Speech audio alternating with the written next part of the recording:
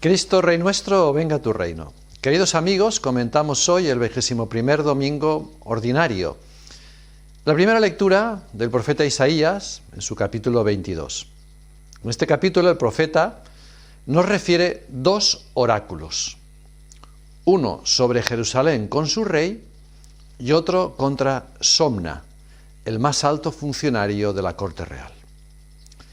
El profeta advierte a los habitantes de Jerusalén que tendrán que sufrir una gran invasión o castigo por no recurrir a Dios y confiar en sus propias fuerzas y en las murallas de su ciudad.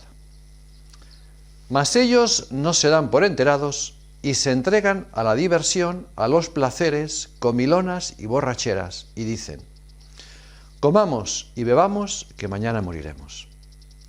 Y así les sorprenderá el castigo. Luego habla el profeta en nombre de Dios.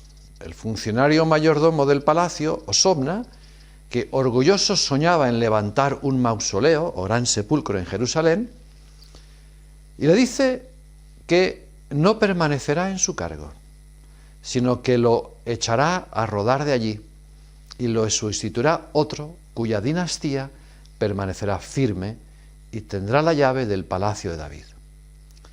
Todo esto indica que desempeñará una autoridad paternal y no despótica como Somna, una autoridad de amor y de servicio a los demás. Consecuencia, en nuestras empresas no apoyarnos en nuestras fuerzas, sino en Dios. Si van mal los negocios, pensemos que es porque no contamos con Dios. Muchos dicen, como advierte el apóstol Santiago, hoy o mañana iremos a tal ciudad y pasaremos allí el año y negociaremos. Y no se dan cuenta del día de mañana que tal vez no llegue. En vez de esto decir, si el Señor quiere y vivimos, haremos esto o aquello.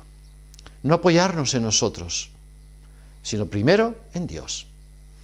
La segunda lectura de la carta a los Romanos, capítulo 11, después de haber hablado San Pablo de la reprobación del pueblo de Israel y decir que no será total, ni absoluta, ni perpetua, y que su infidelidad fue ocasión para predicar el Evangelio a los gentiles, aunque Israel es culpable y responsable de su ceguedad. El apóstol termina entonando un himno a la insondable sabiduría y misericordia de Dios. Qué insondables son sus decisiones. El objetivo último de Dios en todos sus caminos, que distan de los caminos de los hombres como el cielo de la tierra, es la salvación de los judíos y de los gentiles, por medios ignorados por nosotros. Por eso, ante el tremendo problema de la elección de Israel y de su repudio, ante el modo de obrar de Dios tan desconcertante para nuestro entendimiento limitado, todos debemos guardar silencio frente a sus insondables juicios e inescrutables caminos y adorar sus altos designios. ¿Quién conoció el plan de Dios? De Él, por Él y para Él son todas las cosas. Él las ha creado según su sabiduría y bondad. Él las sustenta y las conserva. A nosotros, al ver tanta grandeza, no nos resta más que entonar un himno de alabanza y cantar gloria eterna de Dios, de quien todo depende. A Él la gloria por los siglos de los siglos. Amén. Bien, el Evangelio, en San Mateo, capítulo 16, se repite varias veces al año. Este Evangelio se repite varias veces al año y nos habla de la promesa del primado hecha a San Pedro. ¿En dónde? En Cesarea de Filipo. Jesús provoca otra confesión más completa y diríamos más oficial. Jesús pregunta a sus apóstoles qué opinión tienen de Él. Los induce a reflexionar y a superar la opinión pública mediante el conocimiento más directo e íntimo que tienen de su persona. Algunos del pueblo piensan que es Juan el Bautista, otros que Elías, otros que Jeremías. No se podía pensar en personajes más ilustres. Sin embargo, entre los tales y en Mesías hay una distancia inmensa que nadie ha osado salvar. Pedro, al fin, tomó la palabra y, movido por la inspiración divina, dijo: tú eres el Mesías, el Hijo de Dios vivo. Le confiesa como Mesías y como Dios. Los discípulos han comprendido. Son ellos la gente sencilla a la que el Padre se ha complacido en revelar el misterio. Y como un día había exclamado Jesús: te doy gracias, Padre, Señor del cielo y de la tierra, porque has escondido estas cosas a los sabios y entendidos y las has revelado a la gente sencilla. Así dice ahora Pedro: dichoso tú, se lo dice a Pedro, dichoso tú, Simón, hijo de Jonás, porque eso no te lo ha revelado nadie de carne o hueso, sino mi Padre que está en el cielo. Es una intervención divina en la mente y en el corazón de Pedro. Sin una iluminación interior dada por Dios, no sería posible un acto de fe tan explícito en la divinidad de Cristo. La fe, queridos amigos, es siempre un don. Y a Pedro, que se ha abierto con presteza singular a este don, le predice Jesús la gran misión que le será confiada.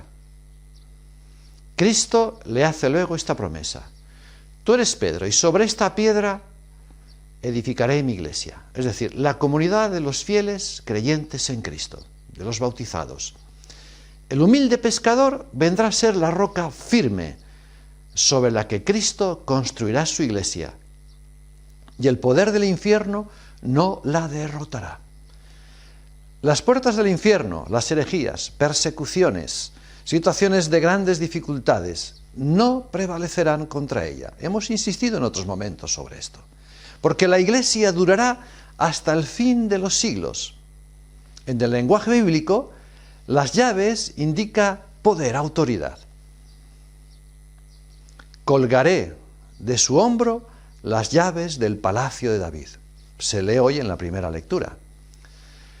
La autoridad conferida a Pedro es inmensamente superior a los poderes terrenos, pues es una autoridad sobre el reino de los cielos, o sea, del reino que ha venido Jesús a instaurar con su iglesia, en la cual Pedro tiene el poder de atar y desatar, esto es, de condenar y absolver, de excluir y de acoger, no solo las personas, sino sobre todo las doctrinas y las costumbres. Potestad que se ratifica en el cielo por el mismo Dios. Por esto el mismo Cristo le asistirá particularmente con su gracia para enseñar, gobernar y santificar a su iglesia. Un día le dio la unidad a la iglesia a Pedro con su autoridad, y hoy se la sigue dando el Papa. De Pedro, primer Papa, hasta el actual Francisco ha habido 266. Vivamos en comunión con el Papa. Lloremos por él. Y ahora más que nunca, porque necesitamos la autoridad de Pedro, bendecida por el Espíritu Santo, para que guíe a los cristianos en este camino difícil y de mucha confusión en que en este momento muchos viven.